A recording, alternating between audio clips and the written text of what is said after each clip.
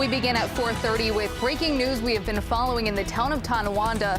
A lockdown of North Towns Academy has been lifted. Police responded to an unconfirmed report of an armed student inside the building. News 4's Rachel Monjovi is live in the town of Tonawanda with the latest on this breaking story. Rachel? Yeah, Callan, the scene here at North Towns Academy is now clear. Police were investigating an unconfirmed report of a student armed. As you can see here at the school, there are still a couple of police officers lingering. Some parents are still in this area. Police tell me a student reported that another student was armed with a gun and threatened to shoot at the school. Investigators say that was false and no gun was ever found. I'm told all students were safe. No one was harmed. School officials say they sent a robocall to parents today to notify them about the incident. Students were on lockdown for nearly 2 hours. They did have a staging area for parents at Home Depot to get information, but all parents have since left that area. Police say although it was a false alarm, this is exactly what their officers are trained to do. You don't ever want to respond to this, not the way you would do if it was real. So our guys are going to respond to it with the same serious nature as they would any call in case it turns out to be real. They're going to follow all their protocols and procedures and processes so that when they walk away from that building, they're convinced it's safe. There is, in fact, no gun here. School officials tell me student transportation is delayed today.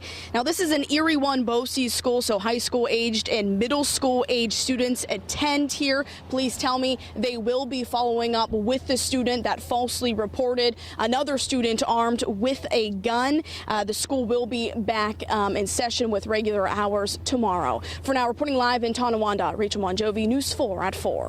Thank you, Rachel. In our top 4 at 4, the fate of a Republican-led effort to repeal and replace the Affordable Care Act appears to lie in the hands of Republicans in Congress. House Speaker Paul Ryan had hoped to hold a vote today, but now that vote is not expected to happen until at least tomorrow. The White House is trying to line up support among skeptical Republicans in Congress. The Trump administration says it's confident they can get the votes it needs. But Democrats are trying to pounce on perceived friction within the GOP. 2 New Yorkers, including Dan Donovan, who's from Staten Island, Republican, who know how it's going to hurt New York, are voting no. And that's why they're having trouble. I think we continue to make progress every day. We walked out with more members in support of the American Health Care Act today than we started the day with, and I continue to see that number climb hour by hour. Today happens to be the 7th anniversary of President Obama signing his landmark health care bill into law.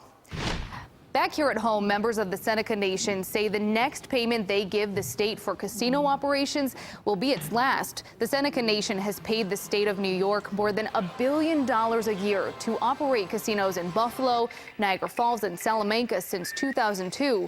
An agreement between the two sides is in place until 2023, but it only outlines payments for the first 14 years. The Seneca Nation feels its obligation to the state is now complete.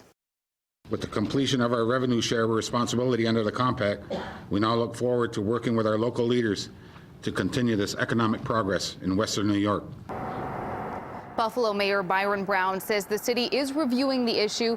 Niagara Falls Mayor Paul Deister chose not to comment. The mayor of Salamanca told us the city is prepared for the end of casino funding from the Seneca Nation. The city had to lay off 50 workers during a previous dispute. New developments in a decades-old cold case. Lancaster police and Crime Stoppers are offering an $11,000 reward that helps them find James Adamski's killer. Adamski was just 18 years old when he disappeared on Halloween morning in 1982. His body was found the day after Christmas. The trail ran cold, but police have never given up. Investigators hope the 5-figure reward can convince someone to give them the crucial information they need. I think in today's world, it's all about the money. Sometimes people don't come forward. People who were at the bar, who may not even think they know something, probably do know something. We want the family to know that in no uncertain terms, the case will remain open until we find the person responsible for this. Anyone with information is asked to call Crime Stoppers or send a tip through the Buffalo Crime Stoppers website. Some parents in Lackawanna want answers from the Global Concepts Charter School. The K-8 building has a new acting principal, and they want to know why. News 4's Jen Schatz has the story from our newsroom tonight. Jen? Hey, Kellen. Yeah, David Early became principal of the Global Concepts Charter School back in 2011. Before that, he was the assistant principal. So a few weeks ago, he was placed on administrative leave. This letter was sent home to parents. It explains the staff change, but doesn't tell them why. Joel Drusbick, who has an 8th grader at the school, says Mr. Early is beloved by teachers, students, and parents. I've confirmed that he did not make the decision to go on leave himself. Drusbick, along with dozens of others who took to protesting yesterday morning and evening, want an explanation from the school. Minutes from the school board's most recent meeting haven't been published yet, but over the past year, you can see here Global Concepts averages about 2 resignations a month. Not again. We've lost too many good staff this past school year, and it's just like, how many more are going to keep going? And to hear Mr. Early, that's something's not right. Living in Lackawanna, like I do myself, we don't have a lot of options of where our children are going to go to school. So I think a lot of people are nervous about speaking up, that it could really affect their children's, place in the school. Coming up tonight at 6, hear more from these parents and see what other actions they are taking. Plus, how does Global Concepts stack up against other area charters in terms of teacher turnover? I'll take a look at those numbers. Live in the newsroom, Jen Schatz, News 4 at 4. Callan. Thank you, Jen. Now turning to your forecast. This is a live look at downtown Buffalo on a gorgeous day. Plenty of sunshine across western New York again. And Andrew, it's a little bit warmer than it was yesterday. Yeah, noticeably so. Yesterday we spent the whole day pretty much in the 20s. So even though we're still a little bit below average, it feels nice with that sunshine. Problem is, we are warming up this weekend.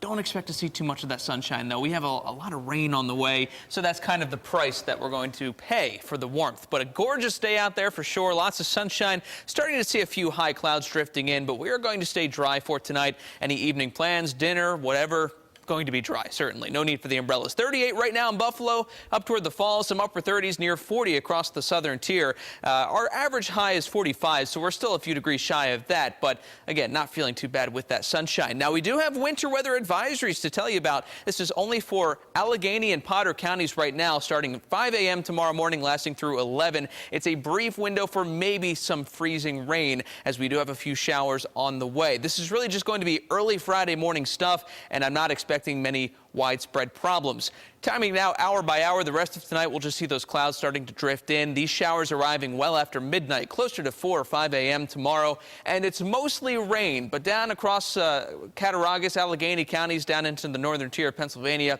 that's where we could see maybe some brief freezing rain. Something to keep an eye out for, some slick spots on the untreated surfaces. As warmer air spreads through the region, that quickly changes to just plain rain. And by the afternoon, all of this is gone. We'll actually get some peaks of sunshine back for your Friday afternoon. Increasing clouds for tonight, staying dry until after midnight. We'll see some rain arriving and a brief wintry mix across the inland valleys. Coming up in my full 4-1 forecast, we'll look beyond your Friday into the upcoming weekend.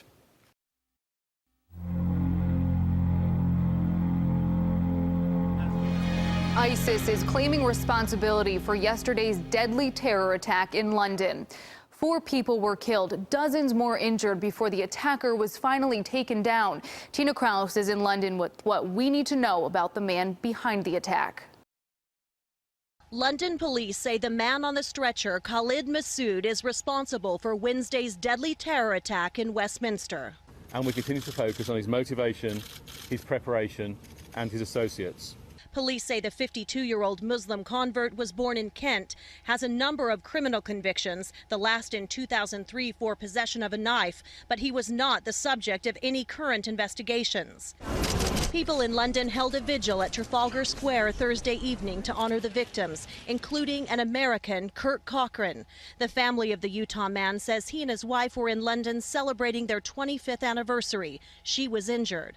A teacher from Spain and British police officer Keith Palmer were also killed. The victims were people who came from all corners of our world. Police reopened the Westminster Bridge where the suspect deliberately mowed down pedestrians. He crashed near Parliament where he fatally stabbed Officer Palmer before police killed him. People have been leaving flowers here to remember the victims. Dozens were injured in this rampage and several people are still in critical condition. Parliament was also back in session where Prime Minister Theresa May was defiant. We are not afraid, and our resolve will never waver. British police conducted raids overnight in connection with the investigation, arresting 7 people. Tina Krause, CBS News, London. There is a break in the investigation of threats against Jewish community centers all over the United States. A 19-year-old U.S.-Israeli citizen was arrested in Israel. Police say the suspect used sophisticated methods to hide his attacks. Threats were also made at centers in Australia and New Zealand. Part of the ongoing investigation, we're looking to see the identification of the suspect himself, his profile, what were the motives behind him carrying out those threats. Several threats were made against Jewish centers here in New York State, including in Western New York.